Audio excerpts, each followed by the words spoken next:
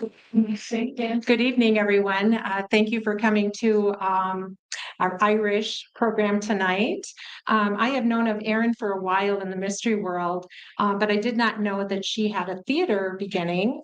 Um, and she was born in Indiana, raised in Rochester, Minnesota.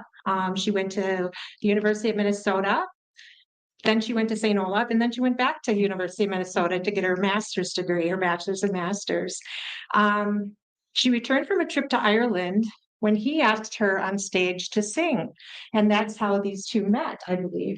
Yes. Yeah. Okay. And Paddy he was born and spent the first 33 years in Ireland, County Offaly. Yeah. Okay. Nice. He's been a serious player and collector of Irish traditional music for more than 50 years, and during that span has collected more than 3,000 compositions. And he doesn't read music. He knows a lot of this from just memory. He has three collections of 1,500 tunes, which just astounds me. So I'm going to let them take this program away, and I believe Patty's going to start, and then Erin will join in a little bit. So thank you for being here and enjoy. If you want this. Oh, Yeah. Thank you. you come up. Okay.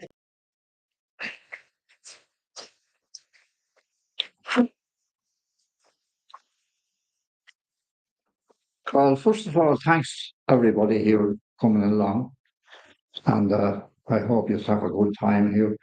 Where is my thing going to? Erin typed out my wife there, was sort of sitting over there. No, I pulled that over. Here you Oh, I go. didn't know. Yeah. Here you go.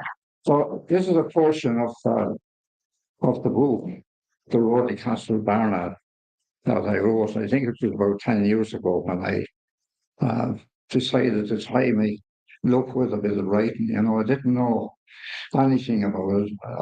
I wanted to understand the experience of what it was like, you know, to even write a sentence and read it back and say to myself, well, that's mine, you know. And anyway, it went from there a bit along in a way that I ended up with over 300 pages. But in one evening alone, I wrote 30 pages. And so it was very encouraging. And Erin typed out about 11 pages from the book that I'm going to read to you. And she typed it out in large lettering because my eyesight is not as good as it should be, you know. So I can read this fairly clearly, I think. And I've not much more to say to you. And I can't think of what it was now because I get nothing up in my head when I'm playing music. And it's like the right hand doesn't know the left hand. Anyway, this is the beginning, or part of the beginning of the story that happened. And it's about an old fella who used to travel around um, our area of the country in County Offaly in the Midlands. But he used to go around our locality with a donkey on a small cart, and he used to be selling different kinds of little small pieces of accoutrements, we used to call them. But I'll explain that later on. I'll have a list of them here. But it was early spring in 1953 when I was sat outside in search of sticks, or fireland, as my father would say. These sticks were firewood that had to be gathered and brought home to our kitchen to dry by the fire. Much of it was small twigs which were useful for kindling. Kindling is like lighting up a fire in the early stages of a little fire. And would use twigs, sometimes moss and sometimes pieces of peat to get the fire going. But the twigs were the main effort of lighting the fire. And they were of enormous help in starting a fire, it says here. It was usually my job to keep my father supplied with enough of this firewood, and any neglect of my duty meant an uncomfortable scolding. Can you hear me okay? One afternoon, when returning with an armful of kindling, I spotted a black donkey and cart outside our gate. The cart had no sideboards. A sackful of something lay near its tail end, and several implements for farm lay on the floor of the cart. Pitchforks, spades, shovels, iron picks, with their separate handles made of fresh ash. The man in charge was tying his donkey to our iron gate beside the road. Going back behind his cart, he unloaded a sackful of curios and hoisted it onto his shoulder. As I neared the door of our house, I saw that he had beaten me to it and was already talking to my mother. Well, Jim, she said, come in, let's see what you have. I followed him inside and put my own load in the corner by the fire. He unloaded his sack onto the cement floor and, opening its neck, revealed a bunch of articles I recognized as mouse traps, spools of thread, rat traps. But when he turned his sack upside down, I was astounded at the range of his other items: hairpins, brushes, combs, candles, sarks, tin whistles, rings for ringing the snouts of pigs, rattles for small children, shoelaces, and mouth organs. I ran to my mother when I saw the mouth organs. Mommy, get me one, I begged, and she did for 1 shilling, and so began my musical career. She brought a few other accoutrements as well, candles and St. Patrick's Day badges. When the peddler began his departure, I saw that he was a tall, lanky man wearing a peaky cap and a long grey tweed top coat. Some of its buttons were missing, and it was held together at the waist by binding twine instead of a belt. He had a hooked nose and small dark eyes, almost like an eel. His Adam's apple stood out, and his hands had very long fingernails, which my mother liked because this suggested he had an even temper. One of the many old wives' tales of which my mother had a story. She was later put on the defensive regarding the length of the peddler's nails after he untied the donkey and climbed onto the front of the cart. With the reins in each hand, he gave them a tug. Get up there.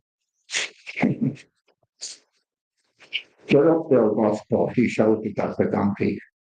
The donkey stood motionless. The peddler roared and shouted, get up, get up. But Bosco the donkey stood still. Jim the peddler reached behind him and grabbed a pickaxe, or a pick handle, I should say. Now he says, see what you think of this, you miserable baggage.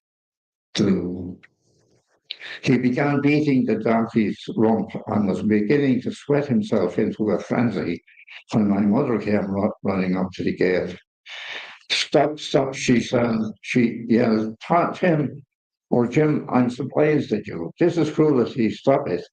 She had a basin full of chopped turnips, which she was preparing for dinner. Let me try a little bit of kindness. It goes a long way. She stepped outside the gate. She stepped outside the gate and pushed a basin of turnips under the donkey's mouth. I was standing nearby and began testing the mouth organ, hooting it and running it back and forth.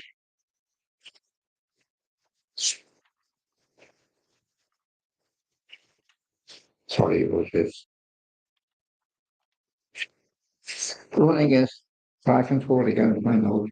Roscoe was probing at the turnips, but then he turned his head in my direction and his ears stood to attention.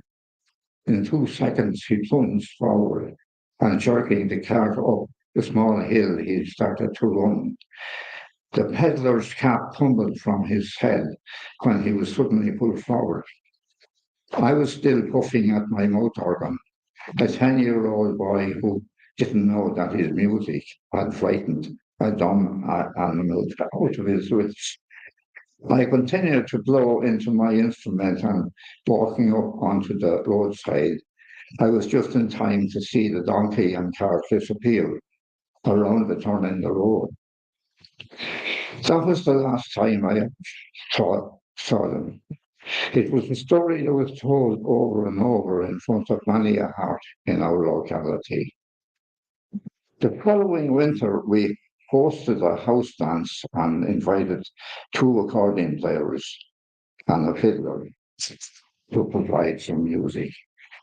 House dances, were popular in Ireland, especially in the 1940s and 50s, It was entertainment and some of the musicians were, they were just learning to play music more or less because accordions came on the market at that time, especially in the 1950s. And some of the people who thought they had talent bought them and tried to play. We had a couple of them anyway playing at this house dance.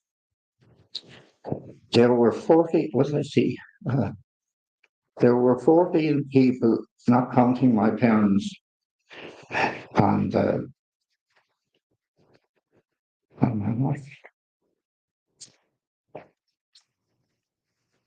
sorry, I have it now.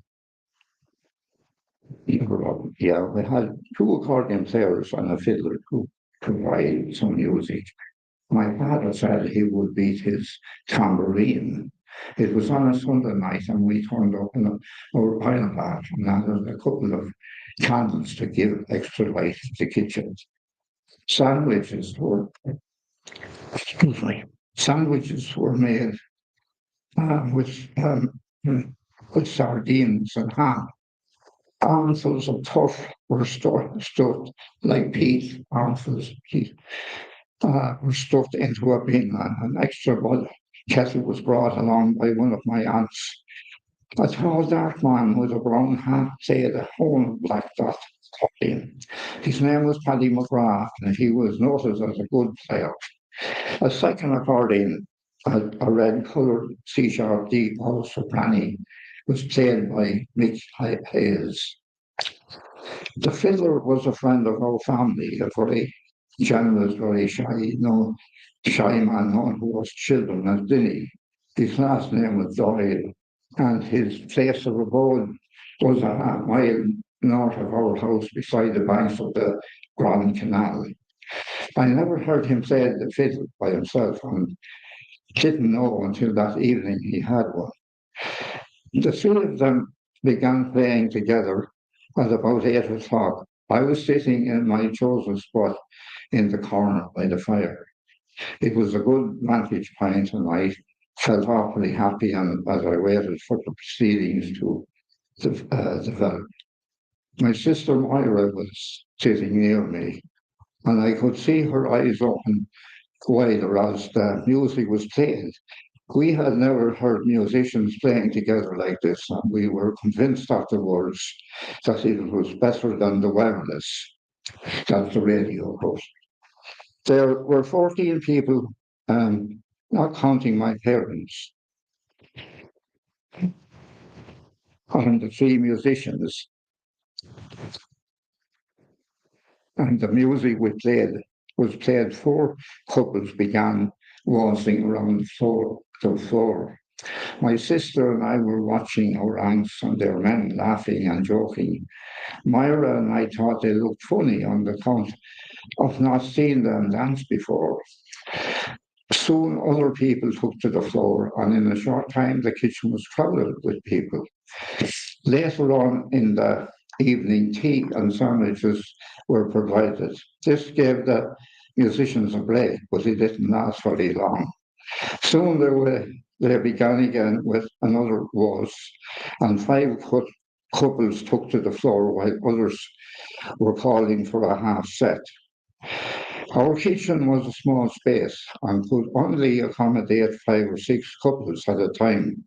However, everybody or everyone had a mighty time, and the highlight of the evening was the half sets. Um, Danced to reels and polkas. These were favourites because of the tunes and basket swinging, which meant a group of 2 fellas and 2 women swinging with arms entwined about one another in a tight circle. Tom brought low to basket swing, and he would propel the swing until it went out of time with the music, and 1 or 2 people would become dizzy and disconnect from the circle and fall against the wall. Tom himself lost his balance and fell against the dresser, almost knocking over a number of my mother's wedding plates. When the music stopped, my father told everyone to keep calm and to desist from any unnecessary basket swinging during the sets. It was common in those days to remind dancers about, unruly basket swinging because it ruined the continuity of the dance. When it got out of hand, women would scream and lose their footing on the floor and would be lifted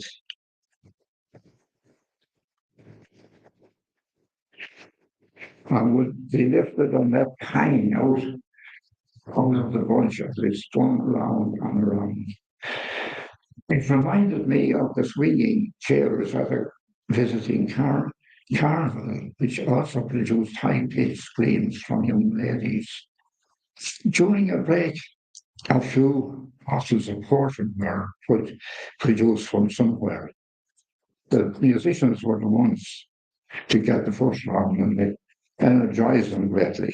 Paddy McGrath removed his hat because he was sweating, and Mick Hales followed suit.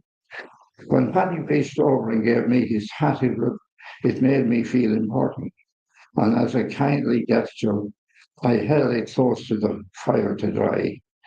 More dancing continued with a Highland fling and then another half set. I heard a lot of different tunes that I hadn't heard before. The Sally Gardens, the Salamanca Reel, and the Echo Hornpipe. An all-time favourite of my father's was also played with all of its 4 parts.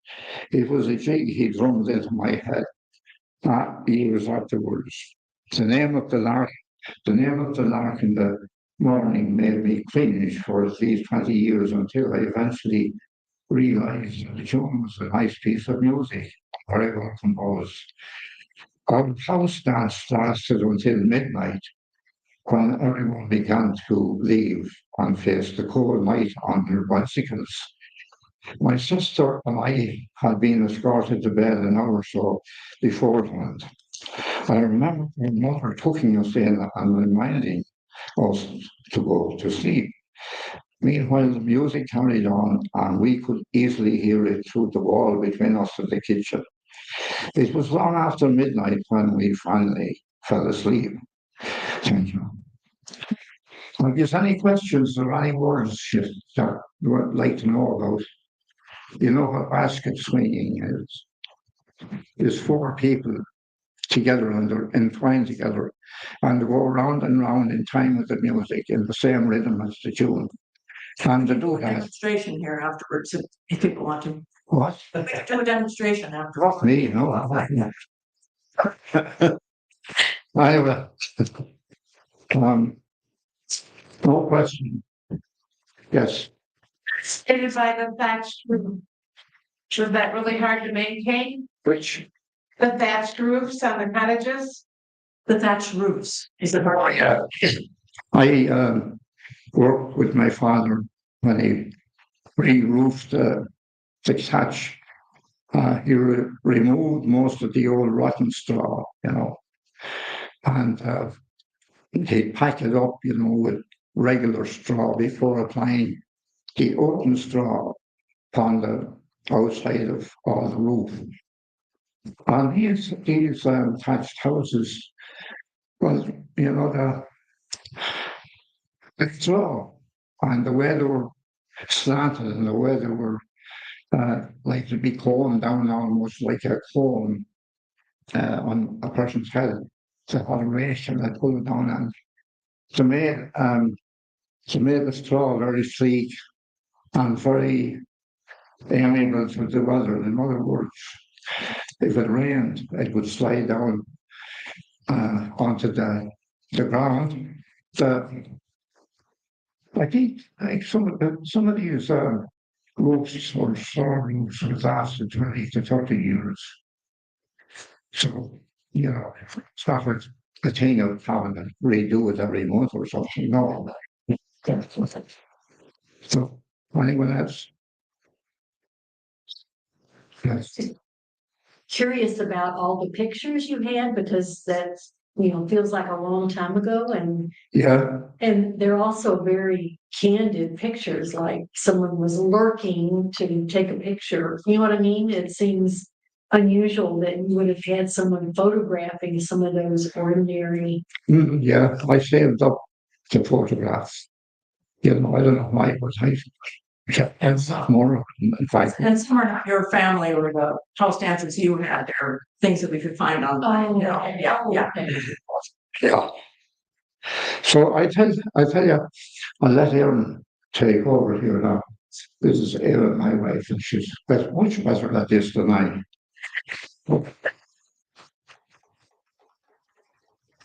Yeah. Well, Thanks, everybody, for coming out tonight. Want to thank Anita for inviting us and to Kim for all her tech support. It's great. Let's see. I was going to tell you, the first time Patty read from his book, it's a long time ago now that it came out, but he said the last time I was reading aloud, there was a schoolmaster standing over me with a stick.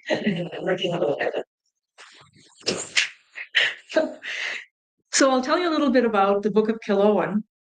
And it's the fourth book in the series, so I have to tell you a little bit about the previous books too. Haunted Ground started out when I heard a true story about a beautiful red-haired girl whose severed head was found in a bog in Ireland, perfectly preserved. Her eyes were open, staring out at the world. And I heard that story from a friend of mine, and I thought, well, somebody has to tell that girl's story. And I wrote in my journal that night, thinking about writing a novel about a red-haired girl whose head is found in a bog. And I said, maybe a movie. So cheeky. And then that book was finished 16 years later and came out. And my editor asked me, or my agent asked me, so this is a series, right? And I had never written a book before. I'd just written that one. I said, yes. So then I had to get started on the next one, which was Lake of Sorrows, also set in the bogs of Ireland, but in industrial bogs. And Paddy took me to the place where he used to work, where they harvested peat by the ton. And I asked, will anybody remember you? We went to the workshop and he said, it was 1969. And a guy walked out of the door and he looked us up and down once and said, O'Brien, what do you want? And everybody he worked with in 1969 was still at that same workshop because it was a good job where you live out on the box. So Cormac McGuire is my archaeologist character. He's in the first book. And Nora Gavin is a doctor and a medical, like anatomy professor. And she's based on a woman I actually met who taught anatomy at Trinity College in Dublin and became an expert on bog bodies. She was interested in archaeology too. So I interviewed her for the first book, and all of that stood me in great stead for the second. So there's always sort of the past coming to light in the present in all of these stories. That's the sort of running theme of the series. In Haunted Ground, the red-haired girl is 350 years old, and they find out who she is. In Lake of Sorrows, they find a modern man buried in the bog, and they find an Iron Age man buried in the bog. In the third book in the series, we find out early on that Nora's sister had been murdered in St. Paul, and she has kind of fled to Ireland. So that's what is happening in the first two books. And she realizes she has to go back and really figure out what happened to her sister. So that's the story of False Mermaid.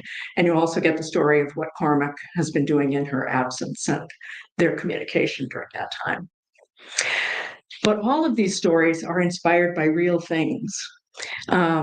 Lake of Sorrows, they often find Iron Age gold in the industrial bogs. So that was the theme for that. Haunted Ground was based on the real red-haired girl. False Mermaid has a sort of subplot about a woman who disappeared in 1895 and was thought to have been a mermaid who, escaped back to the sea. Anybody ever see The Secret of Rowan Inish? And it turned out she was murdered by her husband, and they find her at the end of that story. Cool. Spoiler alert. And in the Book of Killowen, whenever anything turns up in a bog, I get like 100 emails from all my friends saying, "Did you hear about this? Did you hear this?" So I heard about something that had been found in a bog that really got my imagination going for Book of Killowen. And I'll tell you a little bit about that. It starts in this place called Fadden Moor in sort of West Tipperary. You can see they're harvesting big blocks of peat. And it's not good peat for burning. You can tell because it's so light colored. The darker peat is better for burning. And so this might be processed for peat moss for gardening, for example, something like that. And they're still doing this industrial work in the bogs of Ireland. So here's my boot for scale. You can see how big those blocks are. They're much bigger than they would use for like burning in a fireplace. Oh, I brought some peat with me too over on the book table. You can come and see how heavy it is. So here's the cutaway where the machines are going down. They're cutting these blocks of peat and putting them on the top. And this fella in the white pants here, white pants on a bog, what was he thinking? Was using his machine, and he saw something drop out underneath the block that he had just cut. And he rushed over to see what it was, and he thought, oh, I better cover this up with more wet peat. That's what you do when you find something on a bog. And he was praised by the director of the National Museum because it was a really rare find. And that's kind of what he saw. Can anybody guess what that is? Is it a book? It's a book. In a bog. And they studied it. They'd never found anything like this in a bog before. They could see the pages, could pry them open and see inside. It had these fancy carpet pages like ancient manuscript. And it was open. And you could read it. So you see that little patch at the very top of that page? About 4 lines down, can you see the words, in Muale Lacrimerum? Anybody read Latin? In the Valley of Tears, the Vale of Tears. And so they knew from that line, it was Psalm 83, because that's where that line begins. So they knew it was a book of Psalms. They figured out it was probably 9th century. And were these paper or skin? They were calfskin pages, vellum pages. And that's one reason that they would be preserved in the bog, because the bog preserves leather and clothing and people. Human Yeah. parts. Yep, exactly. Yeah. So here's what it looked like when they took it out. Whoops. Went by too fast there. Just a kind of a mess, kind of book lasagna, So imagine the job somebody had of pulling it all apart and trying to figure out how to preserve it. Oh my God. This is John Gillis, and he works at Trinity College where they have the Book of Kells and a lot of ancient manuscripts. And it took him 2 years to peel off all of the pages. And he soaked them in alcohol to replace the water. He vacuum packed them or vacuum dried them somehow. So that, and then some of them were only fragments, and he had to figure out which fragments went with which fragments. You can see he's working on it there. 2 years he was at that, and he was terrified because nobody had ever done this before. And you have to experiment. You have to like take a piece of vellum and soak it in bog water and then let it dry by itself and then vacuum dry it and see what the difference is. And so here's some of his experimental work.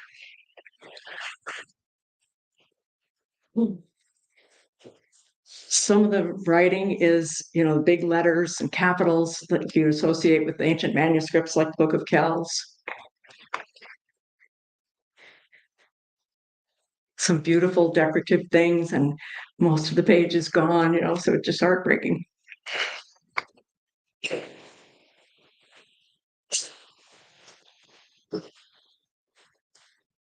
Some gold edging on some of the pages, and you can see an S in a circle or in another letter above. There are letters within letters. It's really interesting. And the ink was oak gall ink. Have you ever seen galls that grow on oak trees? They're like a little fruit almost, but it's where a wasp has laid an egg in the bud of the tree, and the tree fills up with sap and different things, and that feeds the larva of the gall wasp, and then it hatches out. It drills a little hole and flies away. But those galls are full of tannic acid. They're full of nice brown pigmenty stuff.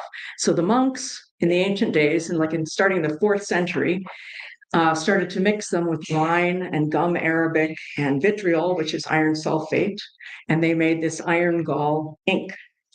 And it was in use through the early part of the 19th century until commercial inks kind of took over, because it was very useful and sturdy and cheap. But the interesting thing about oak gall ink on vellum in a bog is that where the letters were written, the vellum was preserved. And where the letters weren't, it turned into jelly. So John Gillis had to go through with the tweezers and pick out all this alphabet soup that was in that book lasagna and try and preserve as much of the letters as he could, and then try and figure out how they went back together. Was it helpful that it was a psalter that was psalms so they could put it together? Probably, yeah. He could, if you could see any writing on the page, he would know this is, probably page X of whatever. And the cover was yet another really interesting story. It was made of pigskin. It was dyed black, and it had practice artwork on it, like knotwork designs and things that somebody had been practicing. And it wasn't really a binding. It was more like a folder around the pages. There were 3 buttons on it, possibly 3 straps they think are missing. And they opened it up and found a kind of fiber inside that was really unusual, not like what you would normally find, not just leather. There was some kind of plant fiber inside. And so they looked at it and looked at it under an electron microscope and looked at the cell structure of it, and it turned out it was papyrus. Oh my God. I mean, papyrus only grows in North Africa. And so they knew then there was a link between the monasteries of Ireland and the continent, because there were monasteries all over the continent as well with Irish monks in them, and the monasteries of North Africa. And this is the first physical evidence they ever found that there was communication or exchanges between those 2 types of monasteries. And do we have a date for this stuff? 9th century, roughly. So they don't know exactly. They did, I'm sure they did carbon dating on it, but that's, 50 years or so. So I remembered being at the National Museum when I was doing research for Haunted Ground back in 1999 or 2000, something like that. And somebody had found an artifact in a bog. And the technician in that first picture is taking the wet peat off of it for preservation. And it turned out, oops, I've got to stop this now. It had been found 100 yards from where the book turned up 7 years later. And the people who found it, the same workmen who were probably there later, said it was the spitting image of Tina Turner's miniskirt. And here's another, this is a different satchel, but it's a book satchel. So the monks used to carry their books around in satchels and hang them on the wall. They were too soft to like stand up on a bookcase. They didn't have bookcases anyway. So they would keep them in satchels. And that way too, if the monastery got raided, they could hightail it over the hills with their satchels over their shoulders. So I kept thinking, okay, they found a book. They found a satchel not too far away from it.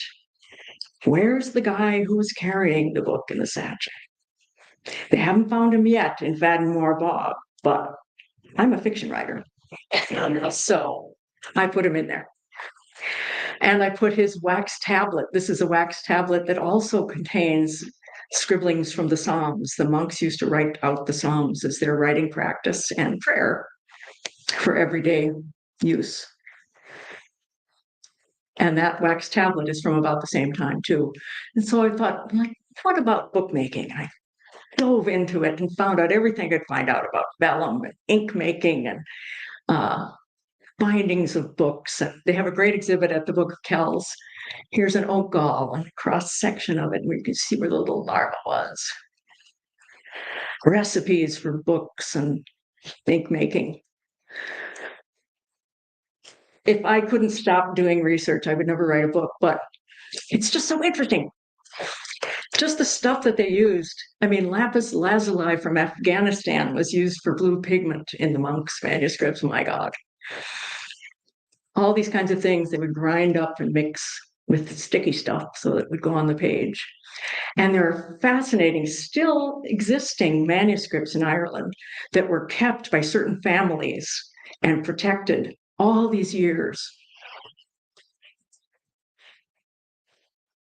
That manuscript just there, previous one, is from right around where Paddy is from. There were lots of monasteries around there, and a similar place to Faddenmore, West Offaly and North Tipperary. And so interesting, you know, monks would copy out all the books that they could get their hands on. They translated Latin and Greek manuscripts. They translated Arabic. I mean, they translated everything, even if it was considered heretical, because they knew it was important to retain that knowledge. If you ever read How the Irish Saved Civilization, it's all in there. And when they were copying something, if there was a mistake, they had to copy the mistake. If they didn't copy the mistake as it was, they could be excommunicated. I mean, this is how serious it was. Just like not like mimeographing stuff, you know. If there was a hole, they had to copy the hole that was in the middle of the manuscript. Sometimes calfskin gets holes in it, you know. And I was really fascinated by, you know, they'd write this whole long tome in Latin, and then at the bottom of the page, there's something in Irish. And sometimes it's a little poem about a cat. Sometimes it's a complaint about how cranky the abbot is. You know? You can see the beginning of a little poem there. And only other Irish monks would be able to read those things. So here's what some of them wrote. Do not reproach me concerning the letters. The ink is bad, the parchment scanty, the day dark. 20 days to Easter Monday, and I am cold and tired. That's about right now, isn't it? 20 days Easter Monday. I am Cormac, son of Cosnamoc, and there is some devil in this ink.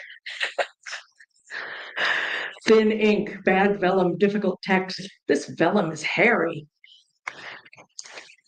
And my favorite, now I've written the whole thing. For Christ's sake, give me a drink. So they were real humans copying all these books. You know, they were such characters. I became really caught up with them. And I found out about this fellow who was called Johannes Scotus Eriugena, which just means Irish John born in Ireland. That's all that means. And he was a Neoplatonist philosopher of the 9th century. He was born in Ireland. He spent most of his life on the continent. And I thought, well, he came back to Ireland and he was working on this gigantic book called The Division of Nature, which was all about the, you know, being and non-being and the nature of God, and the nature of the world, and really, really interesting work. And he was sort of a cutting edge figure. Bernard Russell Bertrand Russell, sorry, really admired him. Said he was the most astonishing person of the 9th century. And I thought, okay, he'll be my 9th century guy who was carrying that book. But how to get him to Ireland, They don't know what happened to him at the end of his life. But anyway, so I forgot my book to read from. So he may have fallen into the bog. That's what I surmised. I'll tell you, I later blog In my imagination. So this chapter section I'll read to you begins with a young man up in a tree, and he is an apprentice to an older fellow he calls his master. And the young man is a scribe and has been for a long time, and he has something wrong with him, but the master took pity on him when he was a child and kind of took him in and became his mentor. And they've been working together for a long time. And they are in Ireland, and they are in a forest near the bog. And he's up in the tree collecting galls because they keep working as they travel through Ireland. And so it had begun that night 27 years ago, his apprenticeship as a scribe. His protector, the visiting scholar, had eventually left them, but not without exacting a promise from the abbot that he would be brought up in the way of scribes. At first, the monks resented him, a mere boy plucked from the mud at the scullery door, but none would deny his growing skill. At the beginning, they allowed him only to gather the gall nuts for their ink. When he'd proved himself adept at that task, they had shown him how to crush the galls with mortar and pestle, then soak them in wine to extract the essence. They taught him how to boil that essence down and mix it with gum arabic and vitriol to make a strong black ink, how to mix in copper ash for purple, white flake for red, hawthorn berries or eel gall for yellow. In 7 years, they had taught him nearly everything contained in their book of secrets, and he had learned it well. He had shown himself so diligent at this study of inks and ink making that the monks had begun to teach him how to cure and stretch the calfskin for vellum, how to measure and mark pages for a gathering. Still not satisfied, he begged to be allowed to take up the pen to write. And that was when he had truly surprised them all, for the act of writing stilled his tongue. He never once shouted or touched his head while copying. At the lettering, no hand was steadier. What magic was there in word making that kept him steady? God was with him then, the monks said. It was sacred, that moment, mind and hand together distilling thoughts into words. How could any human creature know greater joy? It was only when he laid down the quill that the fits came upon him again. When they taught him to read, how he had pored over the precious gatherings, breaking the rules and burning a lamp into the wee hours to soak up all he could, his soul burning like his illicit flame with a desire to know. Owen had begun to understand that he had suffered all these years from a surfeit of words, too many for his heart and mind to contain, so they kept spilling out of him. In principio et erat verbum, Scripture said, in the beginning was the Word, and the Word was with God, and the Word was God. Verbum, verba, verbi, verborum, verbo, verbus, verbatim, verbalis, verbosus. Then his master, the scholar, had returned and taken him abroad to the Frankish court, where they worked for nearly 20 years, translating and creating new thoughts from old, the master reciting great strings of words, Owen diligently writing them down. At the start of all that, he had previously only made faithful copies. This work in which the master was engaged was something new, connecting his own fleeting thoughts to concrete words. And not only that, but also creating in their arrangement an object of profound beauty, like a spider spinning a web. 3 months ago, he and his master had set upon this pilgrimage from Leon back to Eriu, the place of their birth. Owen did not know the master's reason for this journey. When he asked, his master replied only, even wild creatures return to the places whence they've come. 2 nights ago, they lodged at the monastery not far from here, where he and the master had met, where he had learned the secrets of the scribes. Owen looked down from his perch in the tree at the master, still sunning himself by the edge of a bog pool. The oak leaves around him stirred in the breeze, and morning sunlight played on the water, making a golden checkerboard that seemed to move and meld together. And Owen was filled with such an unaccustomed feeling of well-being. his mind combining the contours of the oak leaf with the glinting ripples, all part of the enfolding mysteries of the Vita Aeternam. And he knew his master would what sorts of embellishments he would try out in the pages his master would dictate today. They would argue, and Owen would ask questions. He had become a part of the master's work. He was even allowed to add a gloss from time to time, adding the warmth of his breath to amplify the master's thoughts and words. It was a joyful thing, seeing their two hands on the page side by side. All at once, Owen's thoughts were disturbed by a distant, faint sound of horses approaching.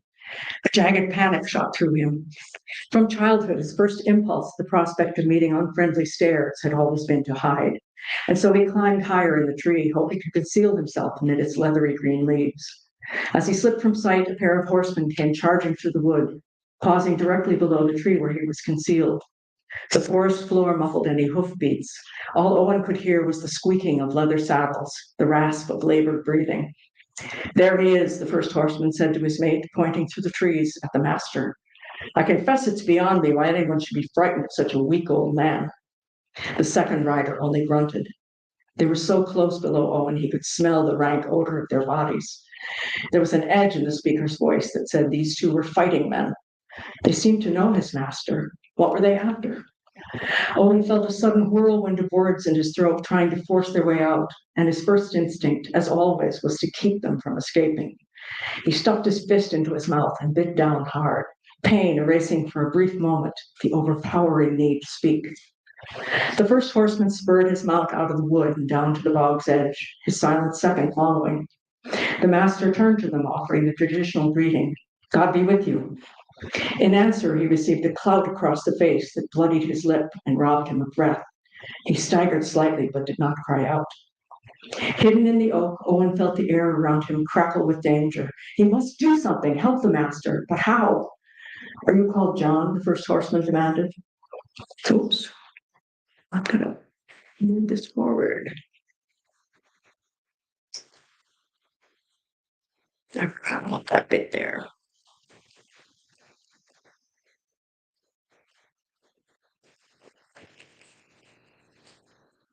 "Are you called John?" the first horseman demanded.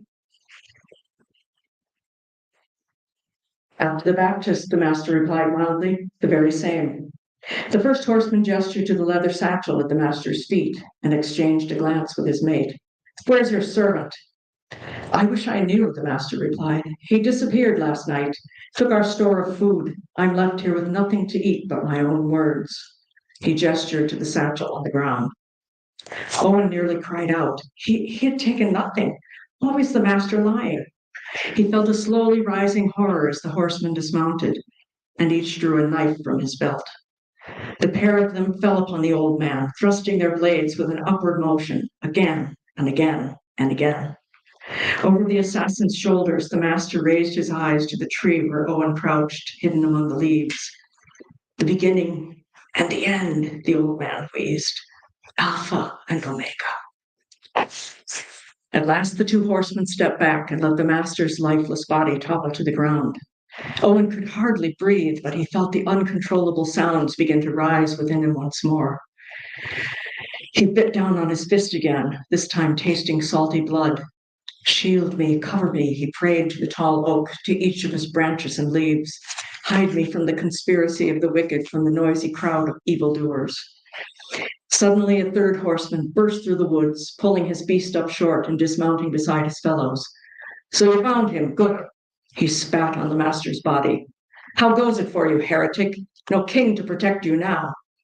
The third man snatched up the satchel from the master's feet and looked inside, removing the book he found there and paging through it hungrily before flinging it aside.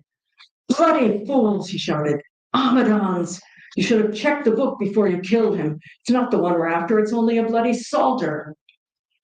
Owen felt the last word like another blow. The psalter was his own, the one he'd copied out for himself. But if the master had his psalter, what was in his own bag? He suddenly felt the weight of the satchel pulling him down like a stone. The third horseman wasn't finished. "What about the idiot servant?" "Gone. We looked everywhere," the first assassin lied. The third man narrowed his eyes, trying to gauge whether his defiant underling spoke the truth.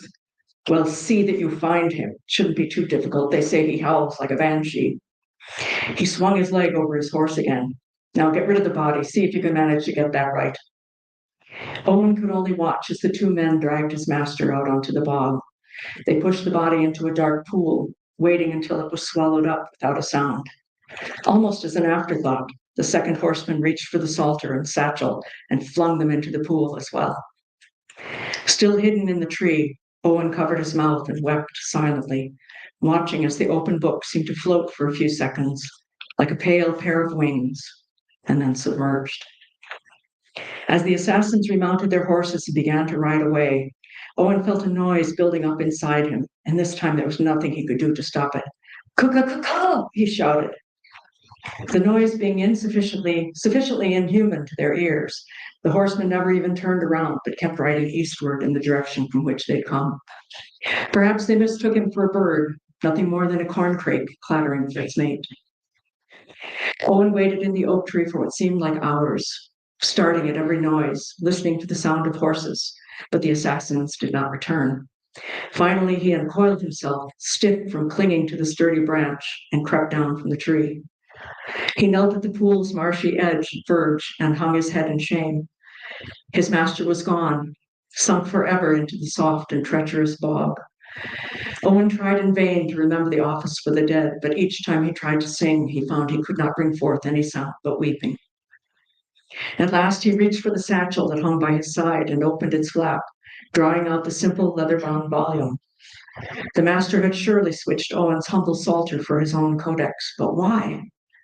This was the book they were inscribing together by turns, continuation of the master's great work.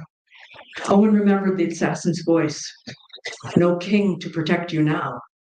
Were the words on these pages really worth a man's life? Alpha and Omega, the old man had said, the beginning and the end. Owen's lips began to move as he recited the words that always calmed him. In principio era verbo, et verbum erat apud Deum, et Deus erat verbum. In the beginning was the Word, and the Word was with God, and the Word was God. He suddenly understood that he could not return to the monastery. Slinging the leather satchel across his body like a sword belt, he set off in the opposite direction. Preserving the precious codex had become his sacred charge. He vowed to protect this book, defend it if necessary, and keep it safe from all harm.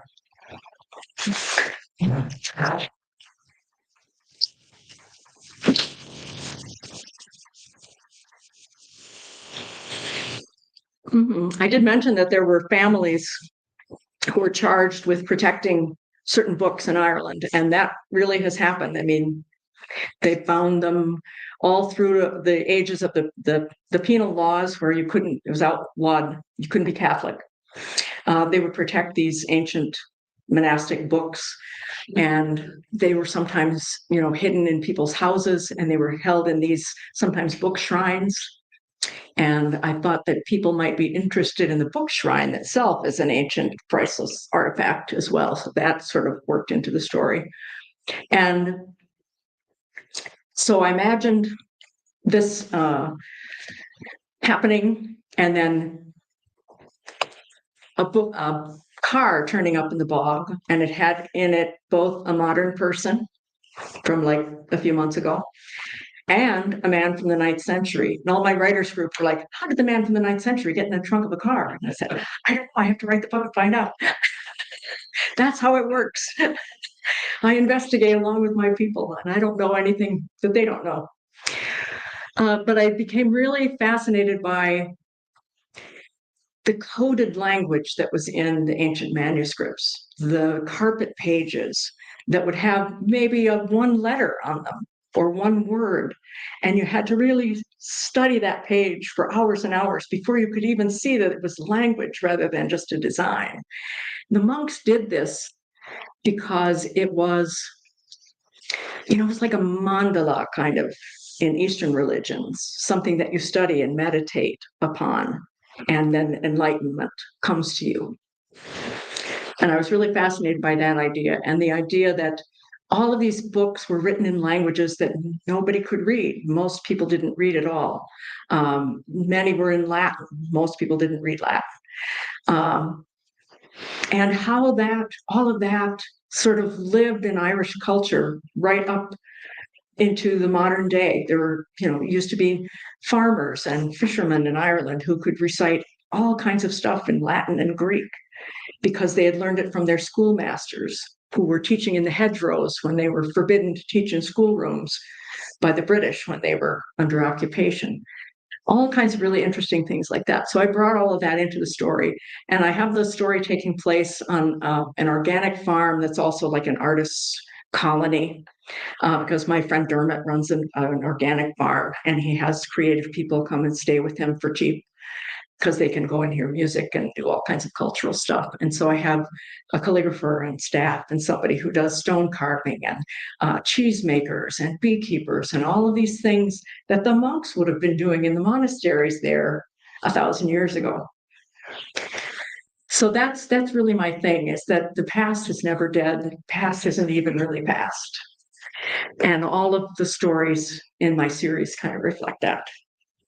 So we have a few minutes left for questions. Yes, Anita? Can you please repeat the question when they ask? Sure. So that. Yeah, will do. And Patty, you can come up for questions too if you want. You can come up for questions too if you want. Somebody might have one for you. He said, what if I have no answers? Yes. Where it was showing pictures of the faces of people in stone. What was that about in the building? Well, the Archway was just. right, it was all different faces. Yeah. So the monks carved all of those archways as well in the Romanesque style. And so those would have been 10th, 11th, 12th century. What was pictures of who specifically? Sometimes the abbot was in there. Sometimes the person who had put up the money for the building of that stone building. Most of the monasteries in Ireland in the 8th century and earlier were wooden buildings. And so the stone buildings only came about later on in the 10th, 11th, 12th centuries. But it was really interesting when you go to Clonmacnoise, which is an ancient monastic site, they have a replica of the old chapel, and it's built with beams like this, and there are little X at the top where they hook together and support the roof of the church. And when they built the stone churches, they did the same thing, even though they didn't need it structurally, but that was the style that they used. They had a little X at the top of the roof. So it's really interesting to see how these things sort of carry on. Yes? So figures look like Hathor from Egypt. And then you had mentioned in the book that they actually found, like papyrus. Is that another tie to? I don't know. Well, I thought everything I had up there is from Ireland. So you just know, do you? Yes. You showed some of the little commentaries that the monks Yes. added in Ireland. Yeah. In Ireland. Marginalia, they call that. Yeah. Marginalia. Wonderful. Has anybody ever pulled together a collection of that? It's published collections, but I searched all over the place to find. I know, wouldn't it? Yeah. I mean, they're like little haikus, etc. Yeah. I mean, they're just little brilliant. And really funny stuff. Yeah. Yes, that would be brilliant to have. Okay, you and I, let's do it. You're the poet. How much Latin do I know? Very little. I mean, I went to Latin mass when I was 6 years old, and then they changed to English, so not that much. I took French in high school and 1 year of college, but that's all. Most writers like, Oh, and I took Irish for 1 month. you said you enjoy the rewriting. A lot of authors hate the rewriting process. Oh my God, I'm not really a writer. I say I'm a rewriter. The first draft is such that you have to go back and, refine it. And the more times you can go through it, the better it can be. I never give up. Can always be improved. And every time you go through it is another chance to make it closer to the thing that's in your head, because the thing in your head is brilliant. It's just getting it to come out on the page. Yes. Is Irish language that you spoke of, is that the same as Gaelic? Yes, they don't call it Gaelic in Ireland, though. They call it Gaelic in Scotland. And to not be confused with the Scots, they call it Irish. So, but it's funny because in the Irish language, it's Gaeilge, which is Gaelic, not Irish, but in English, it's Irish. Sense? Makes sense? Yes. First of all, your research is amazing. Oh, thank you. I can't speak. I think I read the book 3 times in the last 6 years. I just love it. But did I hear you right that you said it took 16 years to write, or was that The first book, Haunted Ground. Yeah. Okay, and what was your writing process like during that time? When you put it aside and come back to it, or how many times did you go through and edit that? Okay, the first 10 years was just thinking somebody ought to write this book. So I count that as part of the, the writing process. But it was 6 years writing. And I would scribble a bit about, okay, it's about these characters and, sort of plotting and character development stuff. And then I would try and write a chapter. And then I would realize, oh my God, I have to do more research. And so it sort of, piggybacked one thing on another. And I got a grant from the Jerome Foundation. They used to have what they call travel and study grants. So I got a grant to go to Ireland and visit all the places that I put in my book to make sure I was writing correctly about them. I had never been to those places, just imagining them. And the great thing was, I have a lot of music sessions in my books. And so I had to go to pubs and hang around with musicians and buy rounds of pints because, I had to, if I didn't use all the money, I had to give it back. So anyway, it's money well spent, Jerome Foundation. Did the trick. Yes. Speaking of music, do you want to sing that flower song that you sang at McCaffrey's? Oh, I could try. Yeah. And can you play it? Oh, I haven't sung it for a little while though. Flower of Maharalio. Oh, yeah. Yeah. We'll try a little bit and we'll see how it goes. This is a song I sang when Patty asked me up to sing at McCafferty's Bar on Grand Avenue.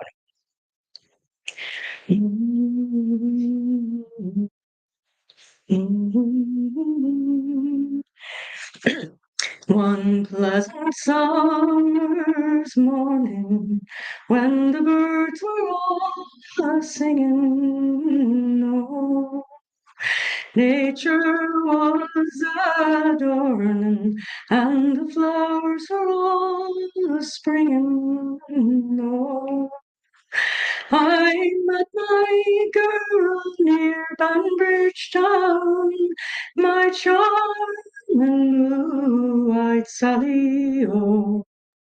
She is the queen of the county down, and my flower of Maharali, oh. With admiration I did gaze on this fair-eyed maiden, oh. Adam was not half so much pleased when he saw Eve in Eden, oh. Her skin was like the lily white that grows in yonder valley, oh. And she's the girl that I adore, my flower of Maharali, oh. I won't go on, there are a lot more verses.